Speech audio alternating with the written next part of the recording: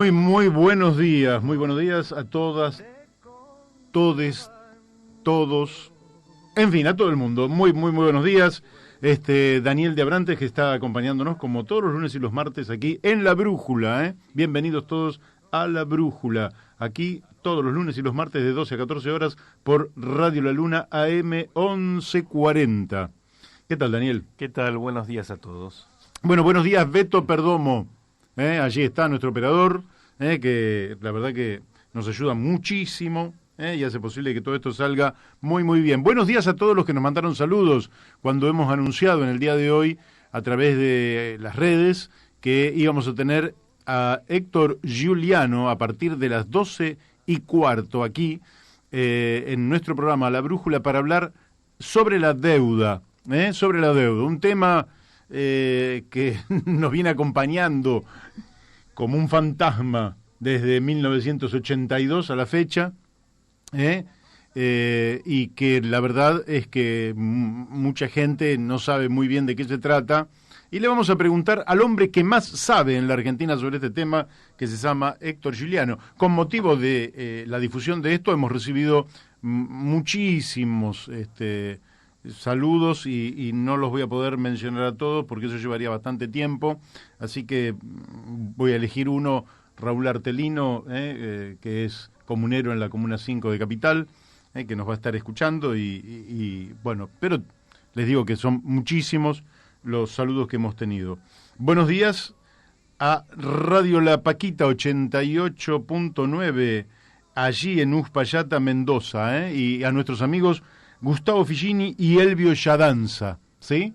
Qué lindo que es poder pensar que en algún momento voy a volver a Uspallata y me voy a encontrar con alguno de los oyentes de este programa, allí en nuestra cordillera de los Andes, donde hemos llegado hace muchos años en una oportunidad con motivo de un emprendimiento minero prohibido por la legislación de Mendoza, minería a cielo abierto, porque los mendocinos quieren defender el agua para producir buenos vinos.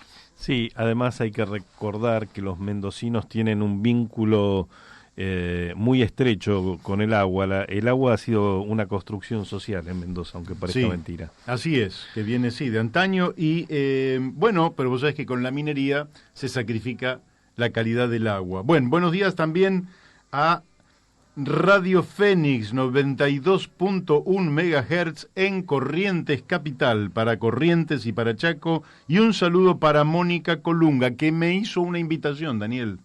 Me hizo una invitación para este jueves y viernes 18 y 19 de julio en la Feria del Libro de Corrientes, Sala Cardenal del ex Regimiento 9, va a haber un taller formativo de periodismo y política internacional. Mónica Colunga, allí estaré, así que me pueden esperar. El jueves muy tempranito voy a estar llegando, después de un largo viaje en micro, y vamos a estar los 2 días, de manera que vamos a tener mucho, pero mucho para charlar sobre, no tanto de periodismo, porque yo soy un periodista marginal, si vos querés, pero sí vamos a hablar mucho de política y de política internacional, que está realmente apasionante porque el mundo está realmente en un momento para ser analizado por los conflictos internacionales, conflictos de avances nucleares, conflictos ambientales, de calentamiento global. Hay tantos conflictos que realmente no vamos a tener tiempo para hablar de todo ello. Así que, bueno, vamos a tener una semana muy intensa y hoy vamos a tratar un tema que no lo hemos tratado demasiado aquí en este programa, que tiene que ver con la deuda. Yo me acuerdo que hacia 1983 viajé a Bahía Blanca a respaldar electoralmente a unos compañeros del Partido Socialista Auténtico y me hicieron un reportaje para la Nueva Provincia. Y en aquel reportaje para la Nueva Provincia yo planteé que una de las peores herencias que dejaba la dictadura, además de los muertos, desaparecidos, violaciones sistemáticas a los derechos humanos, el terrorismo de Estado, era la deuda externa. Pero no era el único, había muchos. De hecho, en 1982, Alejandro Olmos había hecho una denuncia en la justicia, una denuncia que tramitó durante 18 años y en el año 2000 tuvo un fallo favorable. La deuda era ilegal, ilegítima, fraudulenta, era un curro que se le hizo al conjunto de los argentinos. El juez falló, no hubo apelación, y el juez envió todo al Senado de la Nación para que el Senado pudiera resolver conforme lo que había dictaminado la justicia, que se trataba de una estafa. Recordemos que ya jugó un papel muy importante en la gestión o en la adquisición de esa deuda, la gestión de Domingo Cavallo, ¿no? En época de los militares. Así es. Nefasto personaje argentino que todavía cada tanto lo estamos escuchando. Claro, antes de que se diera el golpe, la Argentina debía entre 7 y 9 mil millones de dólares, y cuando se termina el golpe, es decir, que se termina la dictadura, la Argentina quedó entre 43 mil y 45 mil millones de dólares de deuda. Sí. Entonces, la deuda se había multiplicado por lo menos por 5. Sí. Y eso quedó como una lápida, donde incluso un sacerdote en algún momento dice que la deuda iba a ser como una lápida que sobre la Argentina iba a decir: aquí yace un pueblo que vivió pagando y murió debiendo. Le vamos a preguntar por la deuda perpetua, sí. Pero mirá qué imagen que utilizó: un pueblo que vivió pagando y murió debiendo. Y recordemos que además parte de esa deuda fue producto de la estatización de una importante deuda privada, ¿no? Sí, los sectores privados se habían endeudado, y después le trasladaron toda esa deuda al Estado, entre ellos el Grupo Macri. El Grupo Macri. Ellos sí. Que hablan, no sé de qué pueden hablar, no tienen autoridad moral, pero como son una banda, pueden decir lo que quieran. Aparte estamos en libertad, pueden tener el derecho a decir lo que quieran, pero son una banda delictiva, o sea, no sé las competencias ahí acerca de quién afana más o menos, en fin, la verdad que es tristísimo, pero nosotros vamos a tomárnoslo con buen humor, porque no nos vamos a poner a llorar, desde luego, pero es tristísimo que la Argentina se haya currado tanto, y el Grupo Macri fue uno de los que curró en aquel entonces, trasladando algo así como 200 millones de dólares, si mal no recuerdo, 200 millones del año 83, que debe ser el triple, hoy debería ser el triple, deberían ser como 600 millones, no de pesos, de dólares, multiplique por 45 y más o menos va a tener el valor de lo que le transfirió el Grupo Macri al Estado. Una deuda monumental. Bueno, así que vamos a estar hablando con Héctor sobre estas cosas. Le vamos a preguntar justamente por qué él habla de deuda perpetua. Bueno, después tenemos para el día de hoy otras cuestiones, que lo financiero nos ha atrapado bastante, pero sin ir más lejos, nos encontramos que la CGT ha definido que no le va a dar el apoyo a ningún candidato en particular. Y Moyano salió a decir, bueno, que si no dicen a quién van a apoyar, que por lo menos digan a quién no van a apoyar. Claro, entonces no sabemos si no decimos si vamos a apoyar a A o B, pero no vamos a apoyar a B. Claro. Entonces vamos a apoyar a A. Es lindo eso porque la Argentina damos para todo, es un país realmente bastante entretenido. Bueno, dice Clarín que tras el nuevo desembolso, el FMI afirma que el programa con la Argentina está dando sus frutos. Los frutos que esperaba el Fondo Monetario Internacional, no el pueblo argentino, que no son los mismos frutos.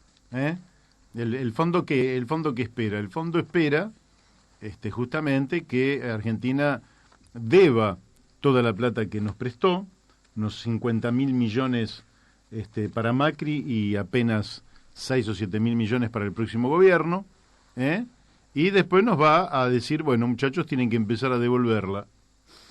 Y, pero no podemos pagar. No pueden pagar, bueno, pero ahí tienen vaca muerta. Entonces nos vamos a quedar con vaca muerta. Y en el mientras tanto, con un dólar planchado, volvemos al esquema de la tablita de Martínez de Oz prácticamente, ya que estuvimos hablando de eso, con un dólar planchado seguimos pagando tasas del orden del 60%, para que los bancos hagan y los capitales golondrinas hagan un negocio como no existe en ninguna otra parte del mundo. Sí, sí, así es. Bueno, el mismo fondo dice que hay incertidumbre política, pero el plan de Argentina está dando frutos. La verdad es que siempre frente a una elección, como puede ganar A, puede ganar B o puede ganar C, hay incertidumbre. Pero la verdad es que mientras funcionen las instituciones de la Constitución Nacional, no hay ninguna incertidumbre. Y por otro lado, el Fondo Monetario no puede intervenir tan abiertamente en la política argentina. La verdad es que sé que están votando, que votan por Macri, está bien, ellos pueden votar, pero la verdad que es un intervencionismo en la política argentina descomunal, como en otros momentos también otros actores políticos. Yo recuerdo cuando Chávez vino en el 2007 y dijo que hasta las piedras debían votar por Cristina. A mí eso no me gustó. Y ahora cuando Bolsonaro dice que todos tienen que votar por Macri, tampoco me gusta. No me gusta. Creo que que hay ahí una cuestión de intervencionismo en los asuntos internos de otros países, donde en general una nación tiene que ser prudente.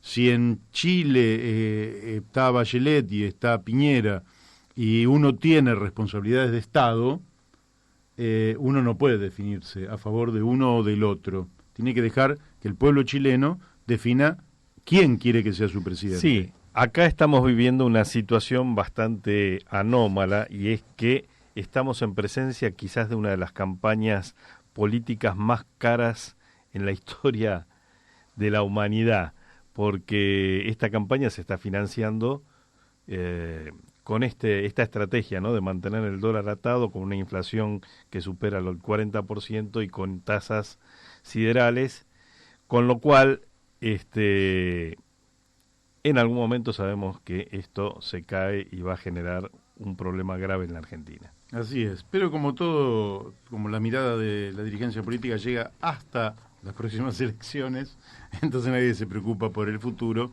ni por los niños, ni por los jóvenes.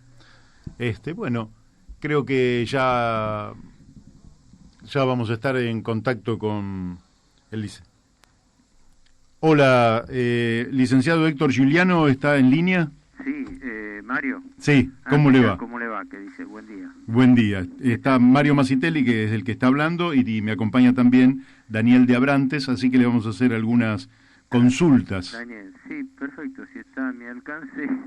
Sí, pienso que lo he presentado como, por lo menos desde mi punto de vista, la persona que más sabe sobre deuda externa, o de las deudas del Estado, y por tanto creo que sí nos va a poder responder. Aunque esa calificación yo por las dudas la rechazo, pues cuando alguien lo presentan diciendo que es el hombre que más sabe de la deuda, aparte de intimidar a los demás, lo compromete a quien contesta, ¿no? Porque soy un estudioso de la deuda, efectivamente, no sé si seré el hombre que más sabe, pero lo sigo hace tiempo. No, yo creo que sí, porque yo lo leo habitualmente. Y hay un concepto que usted siempre repite y que me parece muy consistente, que es el de deuda perpetua, ¿no? Donde, lógicamente, el sentido común de todo el pueblo dice las deudas se pagan, pero acá hay una contradicción, porque si es perpetua es porque nunca se termina de pagar. Incluso es una deuda que parece que se proyecta sobre nuestros hijos y nuestros nietos. ¿A qué le llama usted deuda perpetua? Bueno, por eso, ese concepto que yo lo he desarrollado hace tiempo tiene un sentido preciso. Cuando alguien toma una deuda sin capacidad de repago, es decir, sin capacidad, yo pido prestado y no tengo solvencia para devolver ese dinero, estoy inexorablemente comprometido a que cuando esa deuda vence, como un pagaré, lo tengo que refinanciar. Uh-huh. Entonces, cuando uno, y como en el Estado argentino, suscribe deuda que no puede pagar y está condenada a ser refinanciada, esa deuda se transforma técnicamente en una deuda perpetua, una deuda que usted tiene que vivir refinanciándolo siempre. Sí. Este es el concepto que yo por eso establezco. La Argentina está metida en una trampa de deuda perpetua. Caso concreto. Según las últimas cifras, es decir, la última cifra es al 31 de marzo de este año, Ujú. el stock de la deuda pública argentina, en cabeza del Estado central solamente, no, acá no hay provincias, municipios, Banco Central, en cabeza propiamente del gobierno nacional, es de 300, según cifras oficiales, es de 338 mil millones de dólares. Mm. ¿Qué ocurre? Uno dice, esa deuda ya de por sí impresionante, pero ¿cuánto de esa deuda vence este año? De esa deuda, este año vencen 51 mil millones de dólares. ¿Cuánto paga el Estado argentino? 0 centavos. O sea, no amortizamos nada. Bono que vence, lo recojo y entrego bono nuevo. Y además, el presupuesto, porque esto es la ley de presupuesto, ¿no? La 27467, el presupuesto de 2019, prevé no solamente que se va a refinanciar íntegramente la deuda por capital, por principal, sino que además se van a tomar otros 47 mil millones de dólares. Si no me equivoco, la deuda anda cercana a los 100 mil millones de dólares que en este año el gobierno, entre refinanciación y toma de nueva deuda, tiene previsto, autorizado por el presupuesto y en ejecución, porque esa es la plata que está, entre otras cosas, desembolsando el Fondo Monetario. No sé si con esto explico el tema. El Sí, me parece de que deuda sí. perpetua se refleja en esto. La Argentina toma deuda que no puede pagar y consecuentemente esa deuda se incorpora y no tiene mira de vencimiento. Héctor, hay gente... Perdón, le agrego Sí, algo, sí. con un agravante, que esto no es solamente una trampa operativa, es una trampa conceptual, porque el establishment financiero, y esto es tema académico, desde una famosa frase del ministro brasileño Delfim Neto, hasta acá los niveles académicos del Instituto de Itela y otras entidades muy reputadas, no se hagan problemas, señores, las deudas no se pagan, las deudas se refinancian, lo cual significa instituir que efectivamente los países están encadenados a un sistema de deuda perpetua. Esto es importante porque no es solamente una trampa operativa, es una trampa conceptual, diciendo no se preocupen, señores, mientras se puedan pagar los intereses, ustedes pueden refinanciar indefinidamente el capital. Este es el sentido. Ahora, lógicamente que tengo muchas preguntas y que surgen. Hay una pregunta muy elemental que yo se la voy a hacer y espero que no nos desvíe demasiado del tema. Nuestro pueblo observa números cuantiosos de endeudamiento, pero no ve reflejado ese ingreso de deuda en, digamos, mejor atención en la salud, mejor educación, mejores puertos, en fin, ¿dónde va a parar todo ese dinero? Bueno, la diferencia fundamental es que nosotros tomamos, renovamos y agregamos deuda financiera, no deuda económica. Es decir, la deuda, salvo una mínima proporción que va destinada a proyectos específicos, sobre todo con organismos multilaterales, que es el Banco Mundial, BID, que financian obras públicas, generalmente de menor nivel, ¿no? Carreteras, mejoras de infraestructura, pero el grueso, la casi totalidad de la deuda es deuda financiera, no es deuda económica. Yo llamo deuda económica a la que uno aplica a un proyecto, es decir, quiero construir una central eléctrica y tomo un préstamo para eso, y en consecuencia tengo un aumento de la riqueza nacional, tengo un aumento eso propende al crecimiento. En cambio, la deuda financiera no solamente no ayuda al crecimiento, sino que por el contrario lo bloquea, porque la deuda es el principal obstáculo del crecimiento económico. Es comparable es un símil de lo que ocurre en la economía individual o familiar. Si usted está ahorcado con una deuda financiera, no puede hacer planes de nada, de compra, de construcción de casa, de nada que sea productivo. Y ese es, me adelanto a ver un concepto importantísimo para mí, que es que para entender lo que pasa en la Argentina hoy, hay que entender que la Argentina no está metida en un problema económico, sino financiero, que no es lo mismo.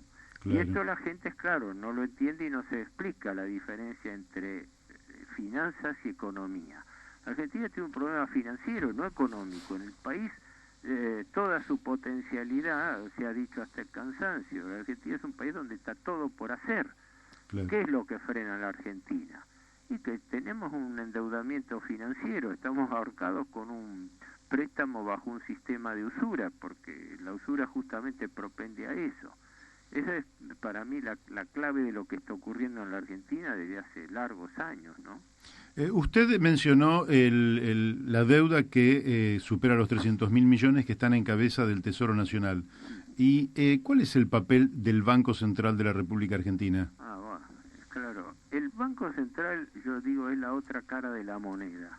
Porque cuando se analiza el presupuesto siempre contempla las cifras de las cuentas fiscales en cabeza del Estado Nacional. Esto es el Estado central argentino, más organismos descentralizados, más el sistema previsional.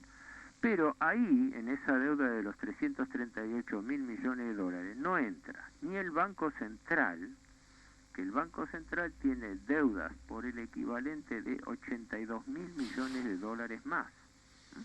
O sea que cuando estamos hablando de la deuda pública no estamos considerando que paralelamente a los 338, digamos 340 que debe el Estado, hay que agregarle más de 80 que debe el Banco Central, ¿no?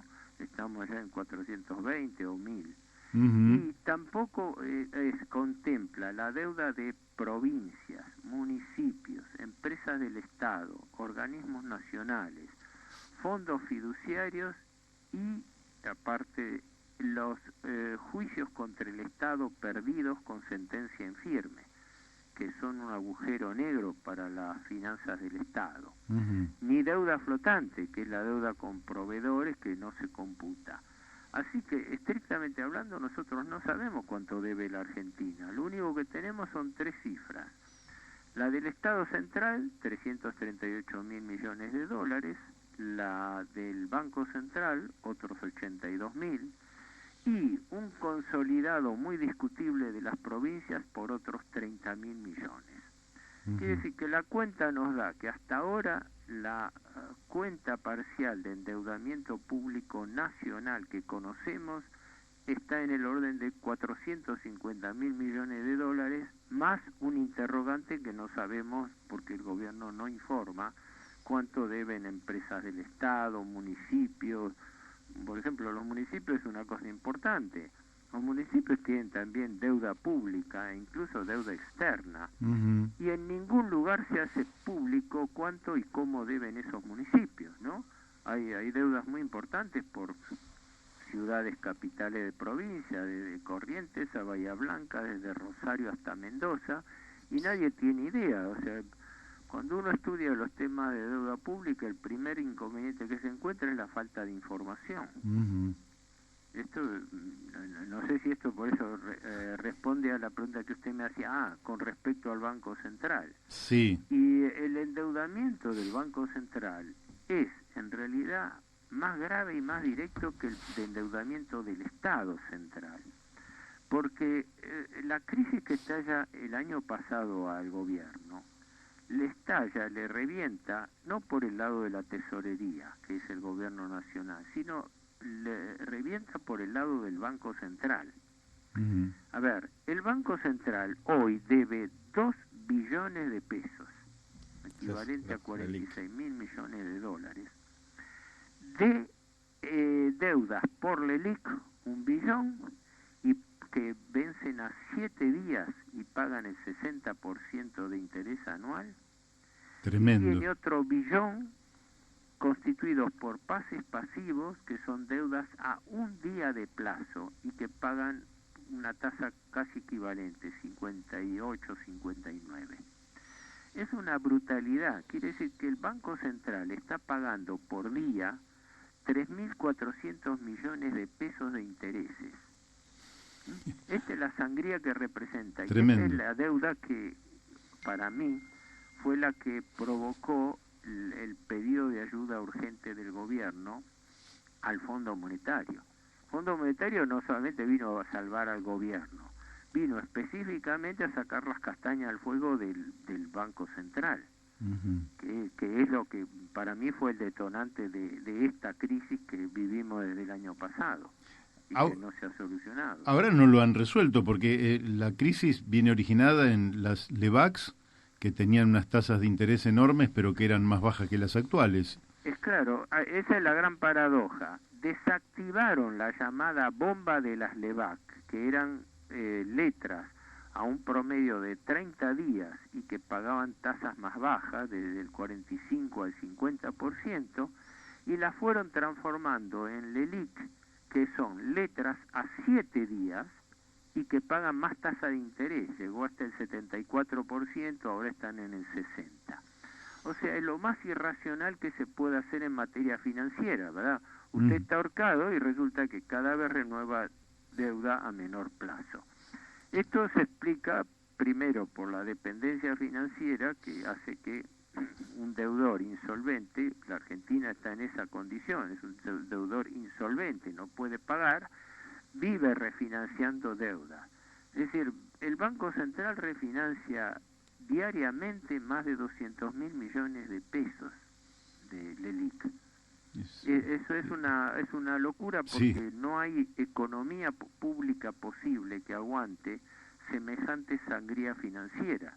La Argentina está hoy en día frente a un verdadero saqueo financiero, porque pongo yo a veces comparaciones gráficas, porque uno está hablando de miles de millones de pesos, y es claro, para el hombre medio son cifras que se le escapan, ¿no? Yo hablo de miles de millones de pesos, de dólares, pero para que se tenga un patrón de comparación, construir un hospital de mediana complejidad y totalmente equipado cuesta 1.000 millones de pesos aproximadamente, ¿no?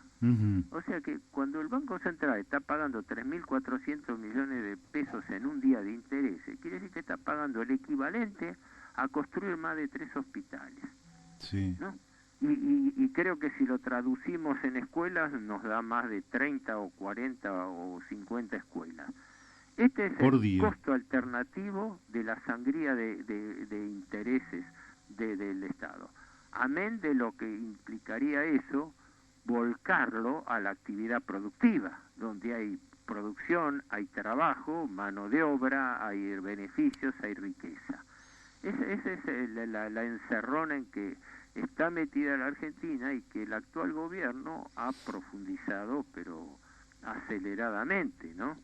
Porque el gobierno Macri vino a gobernar con deuda, directamente, así, de frente mar. Se planteó desde un primer momento, nosotros no emitimos, nosotros tomamos deuda. Bueno, tomaron deuda, en 2 años llevó el país al default, porque el año pasado, el año 2018, hay que recordar esto, hasta marzo, hasta abril, el gobierno estaba vendiendo buenas noticias. A ver, el presidente había acabado de hablar en el Congreso cuando dijo lo peor ya ha pasado. Eso hay que recordarlo porque fue hace un año, marzo del año pasado, mensaje de apertura al Congreso. El ministro Duhovne dijo que no, que las cuentas fiscales andaban bien.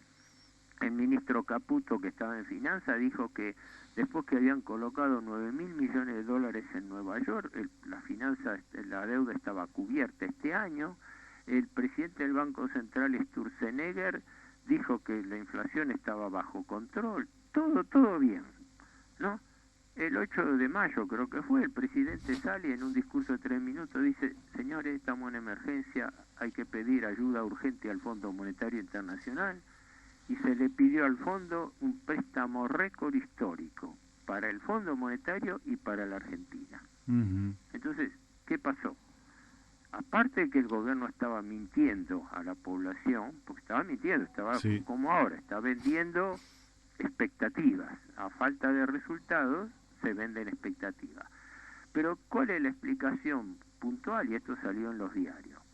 a mediados de abril pasado, el ministro Caputo, Luis Caputo, que estaba entonces el ministro de Finanzas, informa en una reunión de gabinete al presidente Macri, a su colega el ministro Duhovne, que hay un problema. Esto es, digo, la comparación. Houston, el astronauta que llama a la base en Houston, dice: Houston, estamos en problemas. Sí. O sea, hay algo grave. La noticia grave es que Caputo informaba que los acreedores externos de Wall Street le habían informado de que no iban a seguir renovando deuda pública. Entonces, ahí esa trampa de endeudamiento perpetuo es donde provoca crisis. ¿Me explico? Es decir, las crisis no vienen mientras se están generando, retroalimentando con el refinanciamiento perpetuo de las obligaciones. Las crisis vienen cuando los acreedores estrangulan al país y no le renuevan la deuda. Entonces le tuercen el brazo y ahí le imponen condiciones drásticas, como las que se le pusieron a la Argentina. Usted vaya, entiéndase con nuestro auditor, que es el Fondo Monetario Internacional, porque el Fondo Monetario Internacional es el auditor de los, tiene el rol de ser auditor de los acreedores financieros del Estado. Y entiéndase usted, hay que hacer un plan de ajuste porque nosotros queremos cobrar más intereses. Y para cobrar más intereses se impone un plan de ajuste con sus secuelas directas. Baja de los salarios reales a los trabajadores, baja de las jubilaciones y pensiones en términos reales, baja del costo de los planes sociales, suspensión y reducción de obras públicas, ajuste, austeridad general, etcétera, porque hay que pagar más intereses. Porque cuando un deudor está ahorcado, cada vez se le exige, se le aprieta la tuerca más para que pague más intereses. Esta es la explicación. Y esta crisis no estalló espontáneamente, estalló provocada por los mismos capitales internacionales que están sosteniendo al gobierno. Héctor, le quiero preguntar porque Nicolás Duhovne la semana pasada hace un anuncio que también da la impresión de que fue un anuncio para confundir a la población, porque dice que tenemos un superávit primario en el primer trimestre de este año de 30.000 millones de pesos, pero cuando se incorporan los intereses de la deuda, que son de más de 300.000 millones, queda un saldo negativo de 280.000 millones de pesos. 283.000, exacto. Sí, bueno, eso es un típico, lo que usted señala es una típica maniobra de confusión a la opinión pública. Para aclararlo a los oyentes, efectivamente, cuando se habla de déficit fiscal cero, se está confundiendo a la gente, porque el déficit fiscal es el primario, es decir, sin contar los intereses. Claro. Es como si yo quiero sacar las cuentas de mi economía familiar y resto ingreso menos gastos. Resulta que me da negativo, porque tengo una deuda que pagar por intereses monstruosa. Entonces yo la quito los intereses como si no lo tuviera y muestro el déficit sin los intereses. Esta es la diferencia entre déficit fiscal primario y resultado financiero. El déficit fiscal primario es los ingresos que tiene el Estado menos los gastos sin incluir intereses. Cuando se incluyen los intereses se obtiene el resultado financiero. Y lo que informó Duhovne es justamente eso. Así tenemos un leve superávit fiscal de 30.000 millones de pesos. Pero cuando le descontamos los intereses, resulta que el resultado es un déficit, no superávit fiscal, dije mal antes, superávit de 30.000 millones, un déficit de 280 y pico mil millones de pesos. Es un, digamos, un engaño abierto a la opinión pública, ¿no? Porque es como mostrarle una cara de, ni siquiera una cara, una información parcial. De hecho, para que se tenga una idea, y con los datos del año pasado, el año pasado el gasto público, el tan cacareado aumento del gasto público, si no me equivoco, fue un 22%. Los intereses aumentaron un 72%. O sea, los intereses están aumentando 3 veces más que el promedio del gasto público. Los intereses son el principal rubro del gasto público. Y de eso no se dice nada. Porque se habla de que el gasto previsional, de que los subsidios. Cuando uno va a los números se encuentra con cosas muy diferentes. Por ejemplo, el déficit previsional existe, es verdad. El sistema previsional en la Argentina y en el mundo está desequilibrado porque hay muchas jubilaciones, hay mucha población de edad, Sí. y hay muchos beneficios adicionales, ¿no? Pero concretamente el ANSES recauda 1.200.000.000.000 de pesos y el déficit por prestaciones, los gastos por prestaciones son 1.600. Ergo, el déficit neto del sistema previsional es 420.000.000.000 de pesos. Esto es lo que es concretamente las prestaciones jubilatorias contra los ingresos que tiene el ANSES, ¿no? Sí. Quitándole la hojarasca de todos los que son subsidios no remunerativos. Por intereses se pagan 750.000.000.000 de pesos. Se paga casi el doble. Esto no se dice, es decir, todos los neoliberales se rajan las vestiduras con respecto al gasto público y todo. No, porque el sistema jubilatorio, pero omiten decir que por intereses se paga más que por jubilaciones, más que por saldo neto de jubilaciones. Es lo mismo que cuando se dice, el gasto público en personal. Sí, todo el mundo sabe que el Estado actúa en gran medida como un fondo de desocupación encubierto, ¿no? Sí. Que hay gran parte del empleo público que no es productivo, que no está seleccionado, que es de favor, que hay clientelismo político. Estamos de acuerdo en eso en principio. Pero, ¿sabe usted cuánto gasta el Estado en remuneraciones este año? 530.000.000.000 de pesos. En intereses se pagan 750.000. Claro, sí. Así que me explico cómo se escamotean las cifras. Totalmente. ¿Y cómo se sale de esta situación? Porque, digamos, lo primero que a uno le viene a la cabeza es que esto no se puede seguir pagando.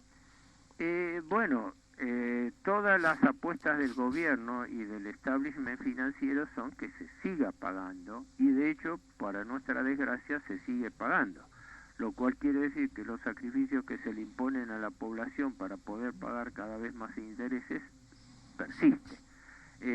Ahora, si esto puede llegar a un punto de quiebre, a un punto de default significa incumplimiento, sí, nos estamos acercando, pero de una forma muy indirecta. ¿Por qué? De los 750.000.000.000 de pesos que hay que pagar este año, no se pagan todos los intereses, se pagan 600.000. Los otros 150.000.000.000 de pesos se capitalizan por anatocismo. El anatocismo es el interés compuesto, o sea, el interés que yo no puedo pagar y lo sumo al capital y devenga nuevos intereses, ¿no? Es el interés compuesto, es como si usted tiene una tarjeta de crédito, le vencen 750.000 pesos y usted no solamente no puede pagar el capital de la tarjeta, lo que debe, sino que no puede pagar los intereses, y entonces el banco le refinancia esos 150.000 pesos que usted debería. O sea, entre un 20, un 30% de los intereses del país ni siquiera se pueden pagar. Se están capitalizando, es decir, se están transformando en capital que devenga nuevos intereses. Por eso el anatocismo es sinónimo de la usura. Porque cuando un deudor está en la lona, que no puede pagar capital, pero tampoco puede llegar a pagar la totalidad de los intereses, ese deudor está en zona crítica. La Argentina está en zona crítica, pero le siguen dibujando buenas notas. Como quien dice, nadie mata a la gallina de los huevos de oro, la siguen exprimiendo hasta que puedan sacar la mayor parte de los intereses. Cuando no de eso para más, bueno, se hará un nuevo megacanje, un nuevo canje de deuda, y se rebobinará y se barajará de nuevo, que es lo que este gobierno le está preparando al próximo. Es decir, le deja una bomba de tiempo que lo primero que tiene que hacer cualquier gobierno que asuma, cualquiera sea su signo político, es tener que sentarse con los acreedores a ver cómo repacta las deudas, empezando por las deudas del propio Fondo Monetario, ¿no? Porque el acuerdo con el fondo tampoco se puede pagar. Claro. O sea que una salida a nivel de sugerencias, digamos, pero personales, es que si el rey está desnudo hay que decirlo, y que lo primero que tendría que hacer si existiera gente política o gente de autoridad honesta, es blanquear el default de la Argentina, es decir, partir de una realidad. Cuando un país no puede pagar, ese país, no porque vaya a ser una empresa que baja la ventanilla y se dedica a otra cosa, pero ese país tiene que plantear crudamente su situación y encarar reestructuraciones de deuda según las posibilidades de pago y según las metas de crecimiento.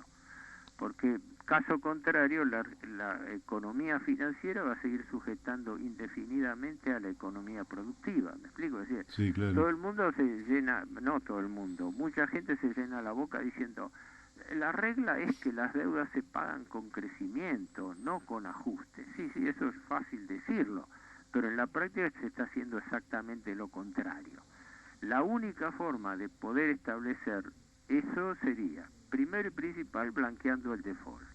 Argentina tiene que blanquear su default, no ir un repudio a priori de la deuda, sino simplemente blanquear una realidad. El país no puede pagar y tiene que encarar dramáticas negociaciones para ver cómo cumple con las deudas que sean legítimas, por lo cual hay que auditar primero las acreencias para ver si son realmente legítimas, porque fíjese usted que el gobierno está contrayendo deuda por sumas multimillonarias y no sabemos con quién lo está contrayendo, en qué términos, si se están cumpliendo requisitos o que salvan irregularidades, si hay conflicto de intereses, porque quienes nos están prestando da la casualidad que son los empleadores de muchos funcionarios que están en este momento en el gobierno.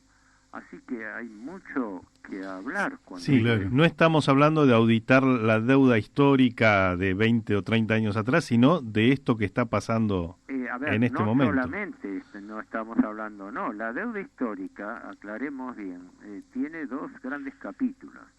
La que fue motivo de la investigación de la causa Olmos 1, sí, que fue la que investigó las irregularidades del endeudamiento en la época del proceso militar, 76-82. Y ese tuvo sentencia, la famosa sentencia del juez Ballestero, que después de 20 años, ¿no? Después de 18 años de cursar, estableció que sí, que existieron irregularidades, pero que por el tiempo transcurrido esas irregularidades o delitos estaban prescriptos. Y le pasó la pelota al Congreso. Y el Congreso de la Nación, que por la Constitución Nacional tiene la obligación de intervenir en esto, ¿no? El artículo 75, inciso 4 y 7, nunca intervino. Es decir, la clase política argentina, la partidocracia, se niega a asumir la responsabilidad directa en el endeudamiento del Estado. Concretamente, así de simple y así de directo, porque yo estuve largos años como asesor en el Congreso, así que eso lo viví yo, ver cómo todos los legisladores, salvo contadas meritorias, pero contadas excepciones, no planteaba el tema, y por eso, pese a que el juez Ballestero en la sentencia se lo delegó al Congreso por considerar que era competencia del Congreso definirlo, el Congreso nunca trató, cajoneó la sentencia y ni siquiera quedó a disposición de comisión.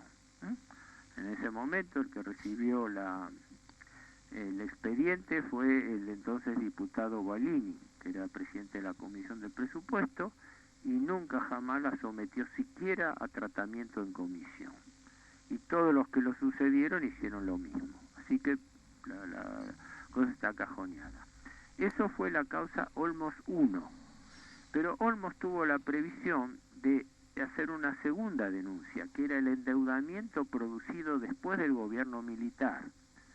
que llamamos causa Olmos II, que ha pasado más de 20 años, desde el año 94, y que todavía está cajoneada en la justicia, donde no avanza para nada, y donde se investiga desde el endeudamiento del gobierno Alfonsín hasta el megacanje Kirchner-Labaña del año 2005-2010. Y está parada y nadie habla media palabra de esa causa, donde se investigan las irregularidades de contratación de deuda, que son básicamente contratación de deuda sin capacidad de repago. Ujú.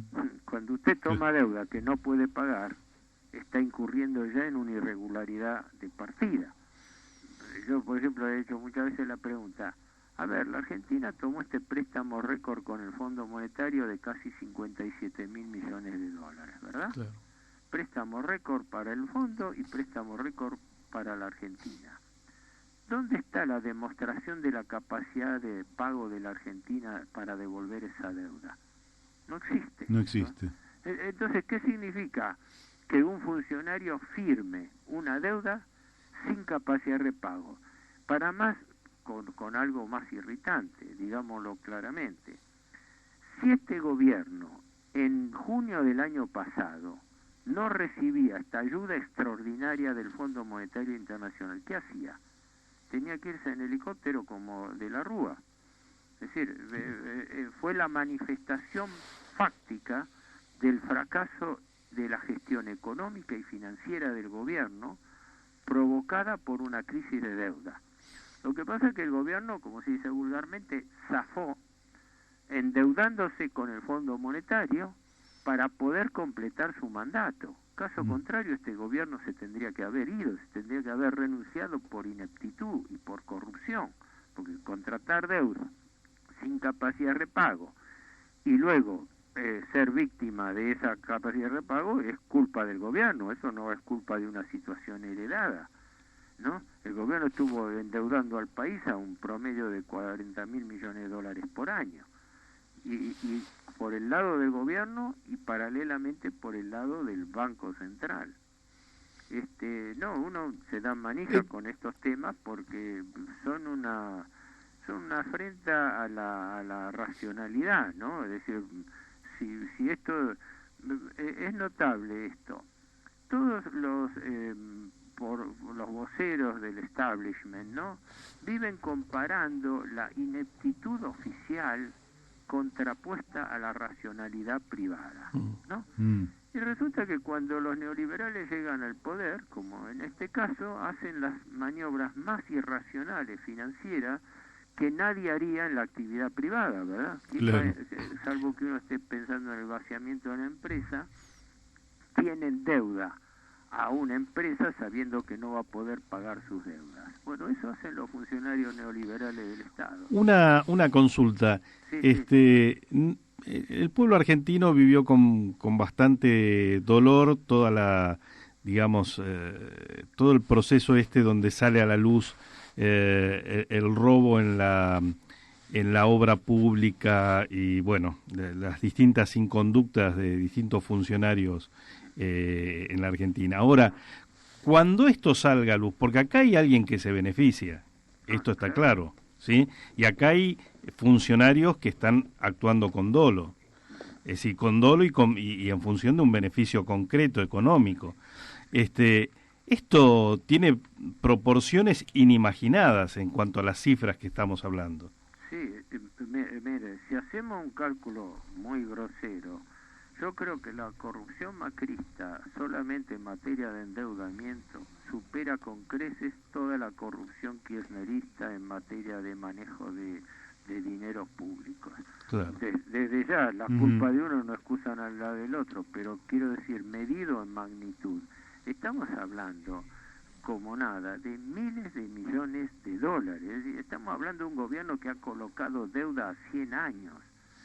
Colocar deuda a 100 años es un insulto a la inteligencia, ¿verdad? Sí, porque claro. ¿quién determina la capacidad de repago de una deuda que se pacta para ser pagada en el año 2117? Es una burla, es una bofetada a la inteligencia, con una particularidad, que esa deuda que se colocó creo que fue una deuda, el monto en relación a la deuda total no era comparativamente alto, creo que eran 2.700 millones de dólares. Pero ¿qué ocurre? Se colocó una tasa superior del 8% a 100 años. Esto quiere decir que los tenedores de esos bonos en 10 años ya recuperaban el capital. Y en los 90 años restantes lucran con intereses. Quiere decir que eso es haber entregado, con el agravante que está en investigación, porque hubo una denuncia al respecto, que gran parte de esos fondos fueron adquiridos por una empresa o a su vez un fondo de inversión o broker ligados al ministro Caputo, que por eso está sujeto a investigación, según tengo entendido. O sea, gobiernos que se manejan, como siempre, con la impunidad del poder. Ahora, por eso cuando los gobiernos pugnan por la reelección, hay un factor escondido en eso también, ¿no? El temor de que el gobierno que venga no le empiece a destapar las trapisondas que hizo, como pasó con este gobierno frente al kirchnerismo. No se salva nadie de esa exposición. Así es. Ahora, en cuanto a irregularidades, las principales para mí están cifradas. Primero, en la colocación sistemática de deuda sin demostración de capacidad de repago. Es una objeción técnica que tiene que ser analizada. La otra es el conflicto de intereses, porque la mayoría del funcionariado del gobierno Macri proviene del ámbito, en esta materia, no proviene del ámbito privado, financiero, bancario, ¿no? Y está en conflicto de intereses porque gran parte de los nuevos acreedores del Estado son empresas donde estos funcionarios trabajaron.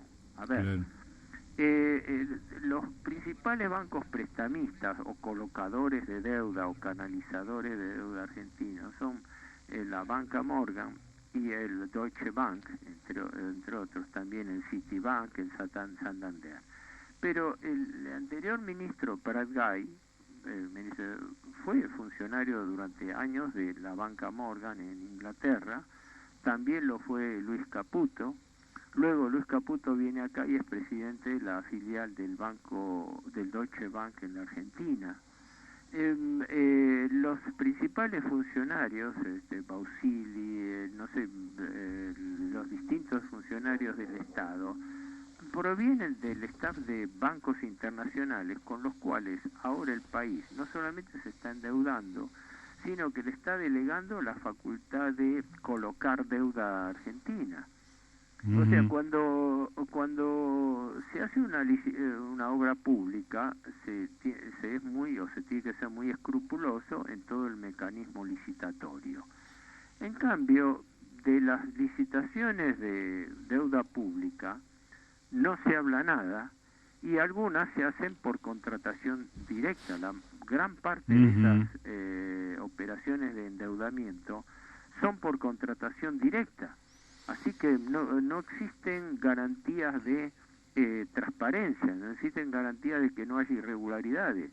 Por eso yo digo que lo primero que debiera hacer un gobierno, y lo que primero que debiera pedírsele a este gobierno, es que informe quiénes son los acreedores de la Argentina, con quién está endeudando al país. Porque es importante conocerlo con nombre y apellido, y no decir solamente el país debe 338 mil millones de dólares. Sí, el Banco Central debe 82 mil millones, sí, pero ¿con quién los debe? ¿En qué proporción? Incluso desde las LELIC hasta las anteriores LEVAC. Es todo un infierno de complicidades donde toda esta información no se tiene directamente. Sí, ahora, cuanto a hacer, más que denunciarlo, uno de afuera no puede hacer otra cosa, ¿no? Sí, difundirlo, que es lo que estamos haciendo nosotros. Yo sé que le hemos consumido más tiempo del que habíamos pactado. Me queda decirle dos cositas. Una es que nos está escuchando y nos envía un saludo Jorge Olmos. el hijo de don Alejandro. Sí, yo a quien conozco más es al hermano de él, Alejandro. Alejandro Pero a Olmos. Jorge Olmos lo escuché también porque él también sigue el tema deuda como el padre. Sí, bueno, yo colaboré con el padre de él en su momento. Sí, así que bueno, eso es un dato muy grato. Ahora, me quedan muchas preguntas para hacerle, pero el tiempo se nos ha ido. Yo le haría la última. ¿Usted no sospecha que cuando alguien presta a sabiendas de que no hay capacidad de repago, como bien dice usted, no están pensando también en cobrar con recursos naturales de la Argentina? Sí, absolutamente sí. Es decir, justamente los esquemas de endeudamiento parten de la base de la lógica de la usura, más allá de la posición abusiva que tiene el acreedor sobre el deudor, se traduce en algo, en este esquema de deuda perpetua. ¿Por qué? Porque el prestamista usurero no quiere que el deudor le devuelva su deuda. Al revés, quiere que no se la pueda devolver nunca, porque eso establece un esquema de servidumbre perpetua. Y lo que no se paga en efectivo se termina pagando en especie.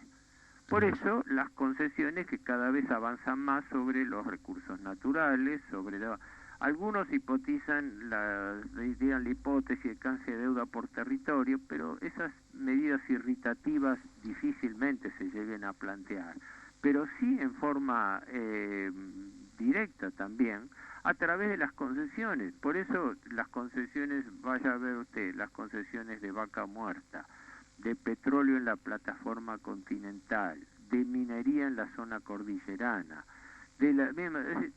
todo el esquema de licitaciones públicas queda sujeto a condicionamientos financieros y además queda forzosamente sujeto. ¿Por qué? Porque detrás de toda inversión hay un financiamiento. Y entonces ese financiamiento es el que realmente determina las inversiones o no en materia de recursos naturales. Efectivamente, sí, en un todo de acuerdo de que esta dependencia, esta servidumbre financiera lleva a una exacción de recursos económicos, es inexorable. Y bueno, por eso lo que digo yo, si la gente confunde, y no tiene la culpa, ¿no? Finanzas con economía, y son dos cosas distintas. Cuando hablamos en materia de economía, hablamos de inversión, de producción, de comercialización de bienes y servicios. Cuando hablamos de finanzas, hablamos de arbitraje entre tipos de cambio, tasas de interés, inversiones financieras como esta de capitales golondrinas que entran a lucrar con las tasas locales y la estabilidad de tipo de cambio. Es una trampa de la cual, así como está formulado, no se sale. Esa es, el día que haya que cambiar esto, hay que cambiar, hay que replantear los términos de funcionamiento de las finanzas y de la economía. Así es. Bueno, Héctor, naturalmente eso tendrá que hacerlo un gobierno con criterio de soberanía nacional y de independencia.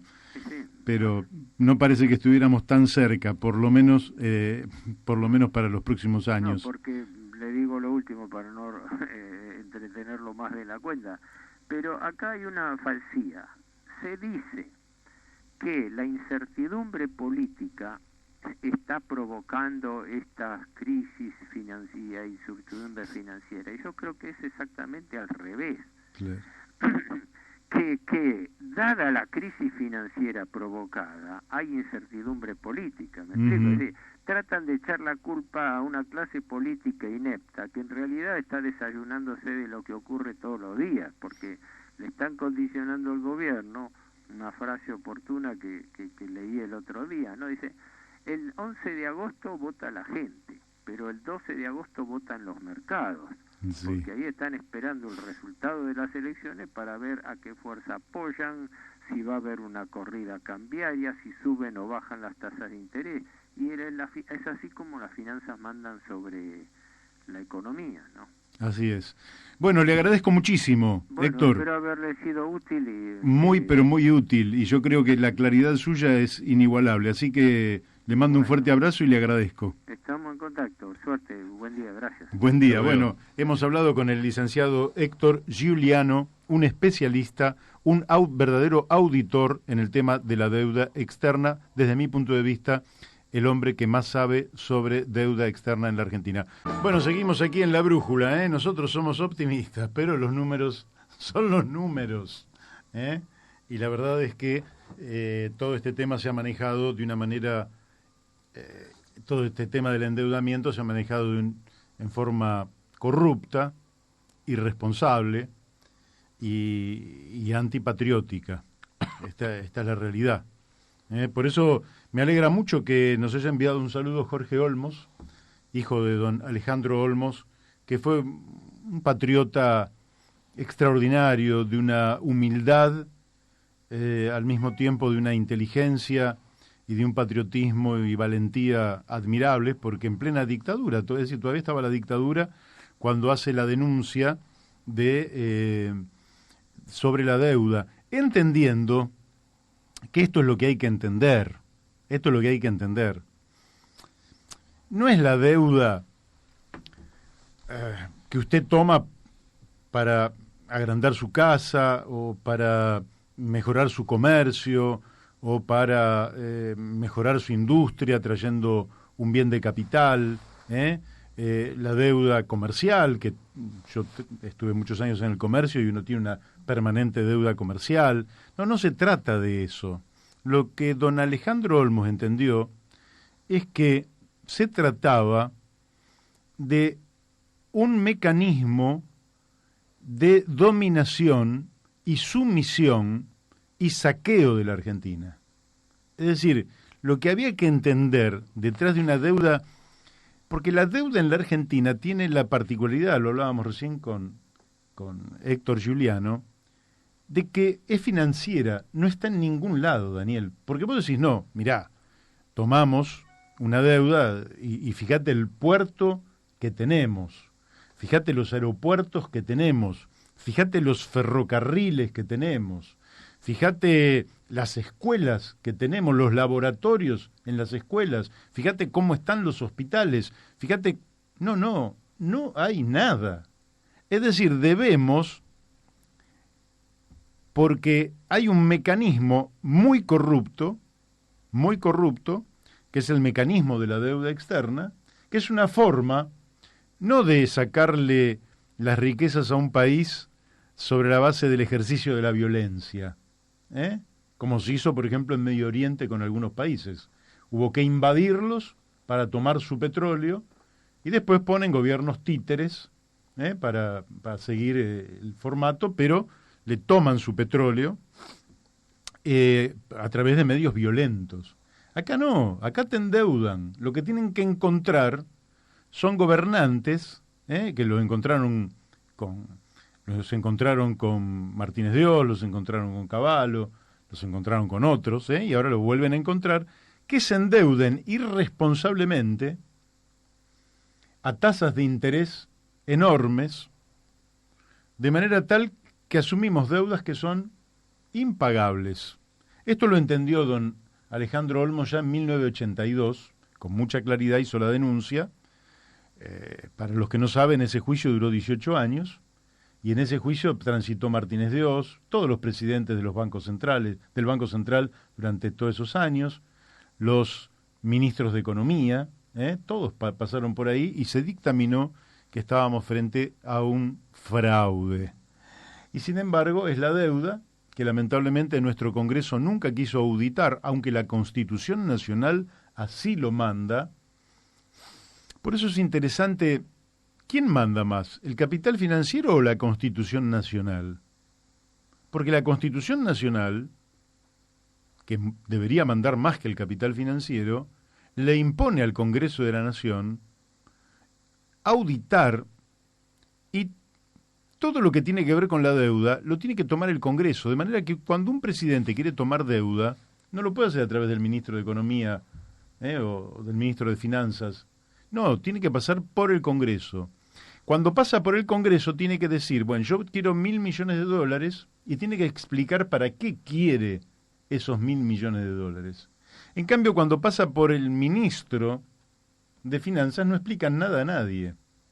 y entonces no necesitan aprobación, pero el país queda endeudado.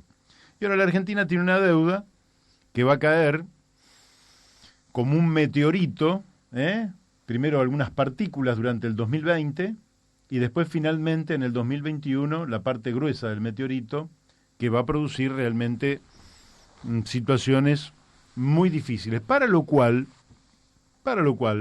con esto voy cerrando mi comentario, te dejo a vos, Daniel, yo diría que sería bueno que la dirigencia política trate este tema con honestidad y con buen ánimo. Yo veo, ¿sabes qué, Daniel? Veo mucha agresividad en la política argentina. Veo mucha agresividad, veo los que, porque gritan, dicen cosas, vituperan, dicen cosas gravísimas. El propio presidente está tan nervioso que dice no volvamos al pasado, como si existiera el túnel del tiempo. Yo hoy le contesté en un tuit que si él es ingeniero, sabe que el vector del tiempo es unidireccional, marcha solo para adelante, por lo tanto no se puede volver al pasado. Que se dejen de decir pavadas, sobre todo, pero están muy nerviosos, muy agresivos. No, tranquilicémonos, hablemos entre todos, derecha, izquierda, centro, arriba, abajo, hablemos. Veamos los números como son, no comentarios abstractos. Hemos hablado con Giuliano de 450.000 millones de dólares de deuda, 338.000 millones en cabeza del Estado Nacional, 82.000 millones en el Banco Central, 30.000 millones que pueden ser más en las provincias, lo que da 450.000 millones y todavía faltarían agregar deudas, compromisos en dólares que la Argentina no tiene capacidad de pago. Entonces, sentémonos, utilicemos el Congreso de la Nación y veamos cómo afrontamos esto para no hipotecar el futuro de nuestros hijos y de nuestros nietos. No le saquemos el oído a estas cosas. Yo sé que es mucho más sencillito hablar de fútbol, de si este jugador va para acá, para allá, si le hacen un homenaje a Mora, si todo eso está bien. No, a mí me gusta el fútbol. También me parece, los chimentos no me gustan, pero que haya todos los programas de chismes que haya. Pero estos son los temas de fondo de la Argentina. Y le estamos hipotecando el futuro a nuestros hijos y a nuestros nietos. Y no es lo que queremos. Entonces, bajemos el tono, razonemos, conversemos y veamos cómo vamos a afrontar esta enorme irresponsabilidad de decir pago tasas de interés del 60%. ¿Quién paga esas tasas, muchachos Sandleris? Vos que estás en el Banco Central de la República Argentina, ¿quién paga esas tasas? Las paga el pueblo con hambre, la pagan los chicos, lo pagan los jóvenes, la pagan las pymes, la pagan los comerciantes, los pequeños productores, esos la pagan, y se la chupan los que invierten en la LELIQ, el capital financiero se chupa la comida, se chupa el bienestar de los argentinos, pero además, como hipotecan el futuro, esto va para adelante y es sin solución de continuidad. Por eso es una deuda perpetua. Por eso hay que cortar con la deuda. Hay que ver qué se planifica para terminar con esta entrega cipaya, antipatriótica y antihumana de seguir endeudando a la Argentina sin solución de continuidad. Sí, yo agregaba que esto, reafirmando lo que vos decís, ¿no? Lo que se paga en torno a la deuda externa sale del producto del trabajo de todos los argentinos. Y sale también, como en otros casos que ya hemos vivido, a través de la extranjerización de sus recursos.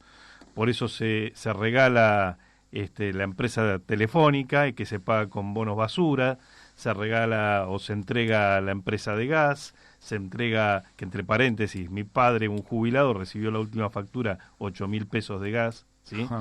Entonces, son las distintas venas por las cuales se extrae la riqueza argentina, se extranjerizan las rentas, ¿sí? Y bueno, nos están llevando, la verdad, a un punto de muy difícil retorno de todo esto, ¿no? Donde cada vez las soluciones tienen que ser más profundas y está muy bien que lo hablemos, pero hay muchos que no quieren hablar porque hay muchos que se benefician con esta situación. Sí, sí, se benefician y aparte el día que esto estalle se van del país, toman un avión y se van del país. Los que quedamos acá somos los que estamos comprometidos con esta tierra. Siempre piense que el gobierno no tenía ninguna necesidad de tomar deuda. Cuando ellos dicen había déficit, el déficit se cubría con emisión monetaria. Y la emisión monetaria, a medida que vos haces un plan para bajar el déficit, la emisión monetaria iba a ser cada vez menor. Cuando vos emitís moneda, efectivamente generás inflación y eso es malo. Está bien, por eso tenías que ir bajando el déficit y bajando la inflación paulatinamente. Pero el dinero que vos volcás Claro. acá, aunque no esté bien invertido, por ejemplo, en un trabajador del Estado, que no es todo lo productivo, ese trabajador del Estado mueve el mercado interno. Cuando se la lleva la usura internacional al extranjero, es como si quemaras el dinero, no sirve para nada, y se empobrece toda la Argentina. La Argentina se empobrece porque este es un país dependiente, periférico y saqueado. No lo quieren decir, la dirigencia política no lo quiere decir, pero los números son inapelables. Están ahí la cifra de fuga de divisas de cada año. ¿Cuánto fue? Y 70.000 claro, millones. en lo que va del gobierno Macri, más de 70.000 millones de fuga de dinero. Entonces, no, hay que ir a planes totalmente distintos. Yo sigo creyendo que el hombre más indicado para conducir los destinos de la Argentina es Roberto Labaña. Dentro de la oferta política que tenemos hoy, era el hombre más indicado, porque creo que es el hombre que tiene un sentido nacional, que tiene un sentido de la economía real, que puede intentar poner a las finanzas donde deben estar, que es al servicio del trabajo y la producción, y no el trabajo y la producción al servicio de las finanzas, y creo que sería la mejor opción, pero vemos que la polarización, vemos que la irritación colectiva lleva a que la tercera opción hoy no alumbre con grandes posibilidades, pero sigo convencido que sería la mejor opción para la Argentina. En cualquier caso, nos debemos, los argentinos, un gran debate y el Congreso Nacional debería convocar. Sí, digamos también que la experiencia de Labaña mostró una pobreza enorme en su capacidad de construcción política. Ineptitud. Eso es así en la construcción política. Y tampoco es que yo idealizo a Labaña, ni mucho menos. Pero tengo la impresión que manejar este desastre que hizo el gobierno de Macri, que venía mal, pero la empeoró horriblemente, y este tema de la deuda es quizás la peor de las herencias que vaya a dejar el gobierno de Macri, y creo que efectivamente pide la reelección porque tiene temor a que una investigación seria sobre qué es lo que ha pasado con la deuda externa argentina lo termine poniendo en un lugar que es un lugar sombrío, que se llama cárcel. Y creo que por eso están tan irritados algunos, pero creo que no es esa la solución a los problemas de la Argentina, aunque la justicia debe actuar y no actúa, pero en fin, creo que hemos dado mucha atención al programa, muchas palabras. Vamos a ir a un tema musical para alivianar un poco esto, porque si no va a estallar. Así que una válvula de escape y volvemos en un ratito aquí en La Brújula. Bueno, acá me manda Enrique Méndez, no sé muy bien a qué se refiere, pero dice que soy trabajador del Estado. ¿Qué significa ser trabajador productivo? Ser mal pago, eso es ser productivo, satisfacer el egoísmo y la pluralidad de un empresario, sea grande o pyme. Bueno, no, efectivamente yo creo que no todo puede medirse por la productividad, pero sí puede decirse que hay zonas del Estado donde se ha incorporado gente que no trabaja. Mientras trabaje la persona, brinda un servicio, pero efectivamente no vamos a descubrir ahora que efectivamente hay ñoquis, por ejemplo, en el Estado, ¿verdad? y que eso no debería ser así. Nunca igual, yo que vengo en esto hace tantos años, puse énfasis en el trabajador. Al trabajador hay que darle siempre la oportunidad de que cumpla con su responsabilidad, que cumpla con su deber, que cumpla con su obligación en el Estado, ¿sí?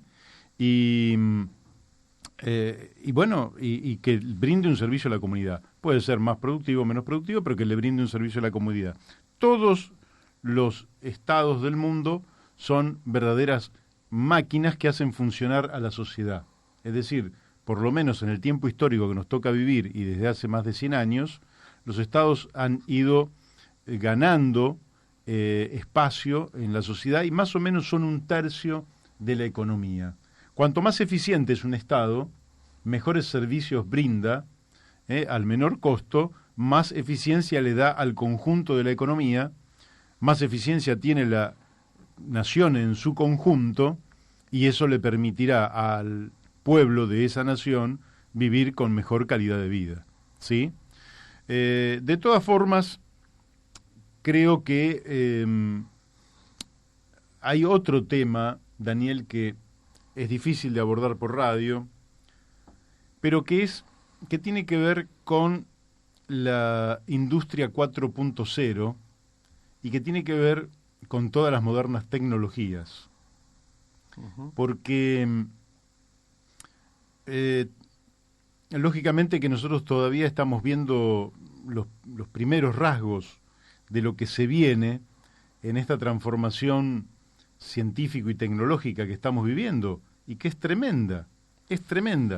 Creo que todavía hay cosas que no las estamos visualizando y que seguramente nos va a costar mucho a nosotros, seguramente la van a ver los más jóvenes, pero que va a llevar a un fenómeno inédito en la historia de los seres humanos sobre el planeta, que va a ser que la cantidad de trabajo necesaria para producir los bienes y servicios para un buen vivir va a ser muy pequeña.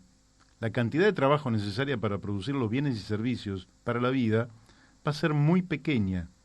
Entonces esto va a generar un mundo donde la economía no debiera ser una preocupación, donde la economía tuviera un papel casi secundario. Y es probable que no estén faltando tantos años para que esto ocurra.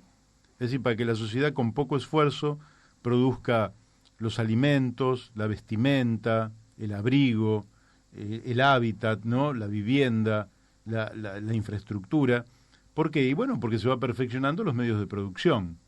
Y el límite va a ser la capacidad de carga que tiene el planeta. Claro, es decir, va a haber un límite ecológico. Estamos caminando por un andanivel muy finito. Entonces, ¿sí? Frente a eso, algunos te hablan que todo eso lo va a resolver el mercado. No lo va a resolver el mercado. El mercado es un mecanismo útil para cosas pequeñas, pero es destructivo cuando vos observás las grandes cuestiones. Entonces ahí vas a necesitar una planificación democrática, participativa, y donde el estándar de vida tiene que ser bueno, pero no tiene que ser de lujo. El estándar de vida de los seres humanos, para ser felices, no necesitan derrochar. No necesitamos derrochar para ser felices. Necesitamos, sí, resolver las cuestiones que hacen al buen vivir, pero para eso no necesitamos usar y tirar, derrochar, quemar combustible, quemar petróleo. Me puse una ropa un día y ahora no la quiero poner por segunda vez. Yo me acuerdo que Menem usaba los trajes una sola vez y a veces se cambiaba el traje en el día y por tanto pasaban a degüello 2 trajes en un mismo día. Eso es derroche, eso es un mal ejemplo. Yo la he visto a Merkel, por ejemplo, que es la primer ministro de un estado infinitamente más rico que el nuestro, y la veo a lo largo del tiempo y la mina repite la misma ropa. Y vos decís, pero esta ropa yo se la vi a esta mujer. Eso es un ejemplo de conducta, no de que me cambio los zapatos todos los días y que No, el derroche no tiene ningún sentido. Bueno, ahí entre los jóvenes en algunos lugares está creciendo esta idea de que es más importante acceder a las cosas que poseer las cosas, ¿no? Entonces es importante, digamos, poder tener un automóvil a disposición cuando lo necesitas y no necesitas poseerlo el automóvil. El automóvil puede ser un bien de todos. Sí, estamos en un momento de grandes cambios, ¿eh? De grandes cambios. Qué lindo vivir este momento, pero qué lindo si lo pudiéramos administrar, estos cambios, de manera, yo diría, humanista, ¿no? Yo por eso sigo creyendo que el horizonte para la humanidad es un socialismo humanista, como decía Eric Fromm, y como tantos soñaron. Por eso no, el socialismo terminó. ¿No? ¿Qué va a terminar si casi ni empezó todavía? Claro. ¿Cómo va a terminar? El socialismo humanista es lo que se viene para un buen vivir, para un buen vivir entre los seres humanos y de los seres humanos con el planeta, que por ahora es el único lugar donde sabemos que se puede vivir, porque la ciencia ficción marca que los seres humanos podrían irse a vivir a otros planetas. No conocemos ningún otro planeta en el cual se puede vivir. Ahora parece que Estados Unidos también vuelve a la Luna, ¿eh? Están ya los chinos en la Luna, ahora vuelven los Estados Unidos. Está perfecto, pero en la Luna no se puede vivir. Se puede extraer quizás algún elemento que nos sirva, o vaya a saber las cosas que estarán investigando, ¿no? Me gustaría saberlo, qué es lo que están investigando. Allí en la Luna, ¿qué estarán qué estarán viendo, ¿no? Si cuestiones de energía, cuestiones de minerales raros, para la producción sin la fuerza gravitatoria que tiene el planeta Tierra, están las estaciones espaciales, pero la verdad, el único lugar donde se puede vivir y vivir bien es en el planeta Tierra. Por tanto, tenemos el deber de cuidarlo. Y como bien dice el Papa Francisco, es la casa común. Y si alguno, bueno, vos viste cómo está con el Papa Francisco, que hay muchos que, bueno, yo creo que el Papa Francisco ya tiene un lugar en la historia, ya tiene un lugar en la historia con el Laudato Si, que es con el cuidado de la casa común. Además de tener un lugar en la historia por las guerras que ha evitado, por la paz que ha logrado, ya va a tener un lugar en el mundo. Mañana vamos a estar hablando con alguien que lo conoce mucho, el Papa. Cada programa de La Brújula es distinto al del día anterior. ¿Qué va a ser? Cada programa es una unidad única e irrepetible. Cuando sale bien, y cuando sale mal, sale mal. Pero es única e irrepetible. Mañana vamos a hablar con Gustavo Vera y le vamos a preguntar también por un Papa que algunos lo quieren descalificar porque dicen, no, es peronista. Yo creo que es la derecha que está desesperada porque el Papa no responde al mandato del centro que es Estados Unidos y Donald Trump, que cada día está más chiflado y que ahora ha empezado enredadas a buscar a los inmigrantes que no tienen los documentos en orden para sacárselos de encima, llevarlos a su país, mandarlos a su país de origen. Y la verdad es que da la impresión de que no supiera Donald Trump que muchos de esos inmigrantes que han ido a buscar un horizonte económico mejor en los Estados Unidos y que no tienen sus documentos en orden, son parte de la economía de los Estados Unidos. De manera tal que cuando saque a estos inmigrantes, lo que va a generar es un descalabro económico. Va a tener que pensar dos veces ese energúmeno de Donald Trump sobre cuál es su relación con sus vecinos, y la verdad que no hay nada mejor que tener una cordial relación con los vecinos.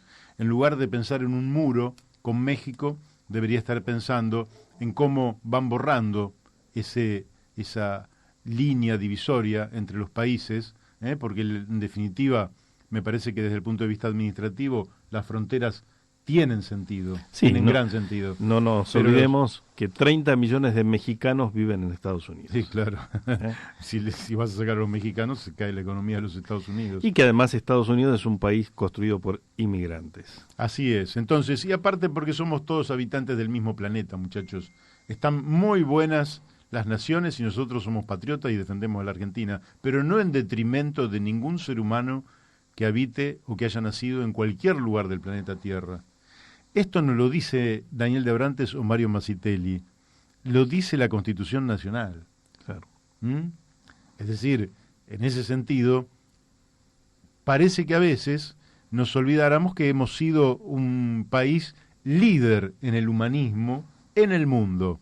En el mundo. Y ese liderazgo hoy lo deberíamos retomar con medidas de avanzada y no con medidas como la que hemos tratado en el día de hoy, que son de retraso y de sumisión, como es el tema de la deuda. Vamos a ir a otro tema, y después vamos a hablar un poquito también sobre lo que nosotros entendemos son los temas del futuro, y uno de esos temas es el ingreso básico universal, que tiene que generarse una enorme corriente. Ya lo hemos hablado aquí con algunos de los invitados. Carlos Suárez. Con Carlos Suárez lo hemos hablado y también, bueno, lo hemos hablado con otros que ahora no recuerdo perfectamente su nombre y no quisiera pronunciar mal su apellido. Pero vamos a hablar un poquito sobre el ingreso básico universal, que puede ser una de las grandes medidas que resuelva el problema de la indigencia y la pobreza en la Argentina, al mismo tiempo de elevar la condición social, repercuten favorablemente sobre la economía, y al mismo tiempo que repercute en lo social y en la economía, también repercute en lo educativo y cultural, elevando la capacidad también científica y tecnológica del país y generando un círculo virtuoso, en lugar de los círculos viciosos de deuda, tasa de interés, etcétera, etcétera, que nos hunden. Ir a un ingreso básico universal que genera una repercusión virtuosa en todos los órdenes de la vida en la Argentina. Bueno, lo vamos a tratar dentro de un ratito después de este tema. Qué tema alegre, ¿no? Con este tema, vos sabés que estaba Macri en Córdoba y estaba en un acto con Negri, con toda la dirigencia, con Pichetto, con toda la dirigencia de Cambiemos, y le dice a la gente que lo vuelvan a votar, que lo vuelvan a apoyar, que ahora viene lo mejor, que en fin. Y bueno, termina el acto y le ponen esta canción. Entonces, la canción, primero no se dan cuenta. Bueno, es muy alegre la canción. Pero la canción dice: llegaste un poco tarde, solo mira tu reloj. Tu tiempo ya pasó. Me cansé de esperar. Te dije que sería la última oportunidad. Ya basta de engañar, ya basta de sufrir. Tú que preguntas por qué, si lo entiendes bien, son tantas las mentiras que yo no quiero creer. Eso le dicen a Macri. Bajaron rápidamente del escenario y dijeron: ¿quién puso ese tema? Y nadie puede saber si el tema estuvo puesto con premeditación y alevosía o fue una casualidad que eligieron un tema que, como ustedes han escuchado, tiene un gran ritmo, tiene una gran vida. Bueno, dijimos que íbamos a hablar un poquito de lo que es el ingreso básico universal. ¿Qué es el ingreso básico universal? Bueno, hay mucho escrito. Para quienes quieran investigarlo por su cuenta, pueden poner ingreso básico universal, renta básica universal, renta ciudadana. ¿Qué es eso? Bueno, es un ingreso para cada persona por el solo hecho de existir. Cada persona, desde que nace hasta que se muere, cada uno de nosotros, cada uno de sus seres queridos, cada uno de sus enemigos, todos, todos recibirían un ingreso todos los meses, y ese ingreso sería básico, sería universal y sería incondicionado, es decir, no está condicionado a que usted haga nada. Se entiende que todos tenemos deberes, pero los deberes se cumplen por otro lado, no por el ingreso. Porque lo primero, el ingreso le cubre a cada persona por lo menos sus necesidades básicas.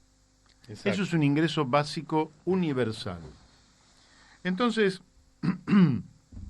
usted me dice: es la primera vez que escucho esa idea, ¿no es una idea loca? No, le digo, no solo no es una idea loca, sino que la idea tiene más de 200 años.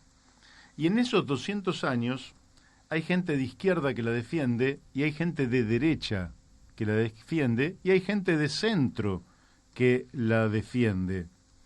Le podría dar los nombres muchos premios Nobel que la defienden. Hasta el mismo Milton Friedman. Milton Friedman, que es un hombre de derecha, pero Joseph Stiglitz, que es un hombre más tirado al centro izquierda. Y podríamos nombrar cantidad enorme de personas que defienden el ingreso básico universal. Hasta hace algunos años, la defensa del ingreso básico universal era un poquito difícil. ¿Por qué? Porque dar una cifra a una persona de dinero era muy difícil. ¿Cómo se la enviabas? ¿Por correo? Claro. Pero ahora es muy fácil, porque ahora tienes una tarjeta en una caja de ahorro, en esa caja de ahorro se te deposita el ingreso básico universal y vos lo retirás. Ah, pero eso, algunos se preguntan, Daniel, ¿pero eso no hará que la gente no trabaje? Bueno, la verdad es que las experiencias, y vamos a tener un invitado, vamos a tener un invitado que ha estudiado mucho las experiencias concretas del ingreso básico universal. Vamos a ver si lo invitamos para el lunes próximo. La experiencia indica que ese ingreso, lejos de desalentarte a la actividad productiva, es un aliento, porque vos ya tenés asegurado un ingreso mínimo, de manera que ese ingreso lo que te va a permitir es tomarte el tiempo de elegir el trabajo que a vos te gusta. Y está comprobado que uno rinde muchísimo más si trabaja en algo que le gusta que si trabaja en algo que no le gusta. Por lo tanto, desde el punto de vista productivo, el ingreso básico universal mejora la productividad en la sociedad, mejora la producción de bienes y servicios. Y está demostrado también que nadie deja de trabajar porque tiene un ingreso asegurado. Porque sí, puede ser que alguien lo haga porque tiene vocación de vago, vocación de... Pero también da la posibilidad de que alguien que quiere estudiar, por ejemplo, tiene ese ingreso y en lugar de tener que trabajar 8 horas, acuerde trabajar 4 horas y seguir una carrera universitaria, por ejemplo. Alguien que quiere seguir una carrera universitaria, porque ese ingreso le va a permitir justamente realizarse como persona, y eso también va a ser una persona más culta, más educada, más preparada, que también le va a dar mayores beneficios a la comunidad. El ingreso básico universal en la Argentina es imperioso. ¿Por qué? Porque las sociedades ricas pueden discutir, pueden tomarse un tiempo. En Finlandia lo implementaron, lo experimentaron, están sacando conclusiones. La verdad es que ellos no tienen un solo pobre. Entonces, si vos no tenés un solo pobre, el ingreso básico universal es como un experimento, digamos, para sacar conclusiones de laboratorio. Pero para nosotros, que tenemos varios millones de compatriotas por debajo de la línea de indigencia, y probablemente 16 millones de compatriotas debajo de la línea de pobreza, deberíamos implementarlo a la brevedad. Ya. Habría que empezar ya. Incluida una sugerencia que nos hicieron, que ahora no recuerdo el nombre, pero que después lo voy a decir, también para fortalecer la economía de los jubilados, mayores de 70 años. Esto se podría realizar. Esto hay que realizarlo, ni siquiera merece que se discuta esto, porque es lo que habría que hacer de manera urgente. Alguien puede preguntar, bueno, ¿y la asignación universal por hijo? Bueno, esto supliría con ventajas la asignación universal por hijo. Entonces, esto es mejor y nosotros tenemos una propuesta concreta. Alguien puede decir, Masitelli, ¿y de dónde sale el dinero? Lo tenemos estudiado también. Ese dinero sale de los lugares donde está ahora, reasignando partidas. Algunas son partidas sociales, que ya no tendrían sentido porque la gente se vería en una plataforma superior, mejor que la que tiene actualmente. Así que una buena parte de lo que necesitamos para ese ingreso básico universal ya lo tenemos. y otra parte surgiría de el crecimiento de la economía, para lo cual también tenemos propuestas para que la economía crezca. Solo en la Argentina la economía va para atrás. Con Macri la economía va para atrás, pero esto es una anomalía. Las economías van para adelante por dos razones: porque hay más población y porque la tecnología mejora. Solo en la Argentina, con más población y mejor tecnología, la economía va para atrás. Pero eso es una anomalía. Del crecimiento sacamos una partecita y con esa partecita vamos progresivamente cumpliendo con el ingreso básico universal para que le llegue al conjunto de los argentinos. Pero no es necesario hacerlo de un día para el otro. Es necesario empezar con los que están por debajo de la línea de indigencia para que no solo dejen de ser indigentes, sino que también dejen de ser pobres, seguir por los que son pobres para que dejen de ser pobres, y después seguir con la clase media baja, seguir con la clase media media, seguir con la clase media alta, y bueno, finalmente, después de un largo tiempo, llegar hasta las clases altas. Pero el ingreso básico universal significaría poner a la Argentina en el siglo XXI y no seguir pensando con categorías del siglo XIX y del siglo XX, categorías perimidas que se escuchan. Bueno, por ahí alguna la podemos decir nosotros sin darnos cuenta también, ¿no? No es que nosotros seamos los dueños de la verdad absoluta, pero que se escuchan en las dos fuerzas que hoy tienen más intención de voto, cosas que están perimidas, muchachos. Están pensando con categorías de un tiempo histórico que ya pasó. Entonces, cuando las ideas atrasan, y es dramático en el caso del kirchnerismo, muchas de cuyas ideas atrasaban verdaderamente, pero los que venían a ponernos en el siglo XXI nos están poniendo en el siglo XIX, con suerte en la década conservadora de 1930. Es decir, lo que Macri, yo creo que Macri está más atrás de 1930. No, totalmente. Sus ideas están más atrás de 1930. No, muchachos. Pero, ¿qué pasó? Insinuó en un momento, cuando dijo pobreza cero, él habló de un ingreso ciudadano universal. Lo pueden encontrar ahí por internet, y prometió una Hasta sociedad hubo de pobreza. afiches. Bueno, eso es lo que hay que implementar. Él nunca tuvo una propuesta en concreta, fue un eslogan de campaña. Nosotros tenemos una propuesta concreta. Y esta propuesta concreta es la que va a levantar seguramente el proyecto justo, y seguramente, Daniel, vamos a tener que empezar a salir a la calle. Yo diría, esperemos un poco para salir a la calle, porque estamos en medio de la campaña y se van a confundir, pero nosotros tenemos que salir a la calle a buscar adherentes para generar un gran movimiento por el ingreso básico universal. Mucha gente, cientos primero, después miles de personas, decenas de miles, hasta que seamos cientos de miles y millones los que defendamos este derecho, porque no es un derecho como algunos creen, no, es un derecho para generar vagos. No, es un derecho para poner a la Argentina en el siglo XXI, muchachos, porque lo que heredamos del siglo XX, una buena parte, está caduco. Ahí hago un comentario, ¿no? Porque me parece que la no visualización o no, la no diferenciación entre lo que es trabajo y lo que es salario nos lleva muchas veces a pensar las cosas en forma equivocada. Y les doy un dato nada más. Quizás la forma de trabajo, digamos, que más riqueza genera en el mundo, si la consideramos como un sector o uno de los que más genera, es el trabajo doméstico. Y es un trabajo que no está remunerado. Entonces, el hombre no va a dejar de trabajar nunca porque es su condición la del trabajo, ¿sí? Lo que estamos buscando es cómo se resuelve, ¿sí?, el tema de la vida y el acceso a los bienes en una sociedad de superproducción, ¿sí?, y de escasez de empleos rentados. Así es. Y en el tiempo en que lo más productivo es el conocimiento, lo que hay que hacer es ir evitando los trabajos que embrutecen.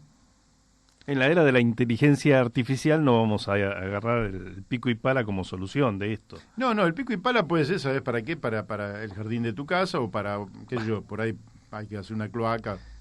Puede, como un elemento, digamos, pero no como política de Estado. No como política de Estado, ni como perspectiva de vivir de pico y pala, porque eso es realmente volver, qué sé yo, 4 o 5 siglos atrás. No, hay que ir al siglo XXI. Para ir al siglo XXI hay que crear todo el ecosistema que te permita desarrollar la inteligencia, sobre todo que en potencia está en cada niño. Esta es la clave para construir la Argentina que queremos. Claro. La Argentina que queremos no es, como dice el gobierno, mañana, pasado. No, es una Argentina que va a llevar tiempo. Lo hermoso de eso es el camino.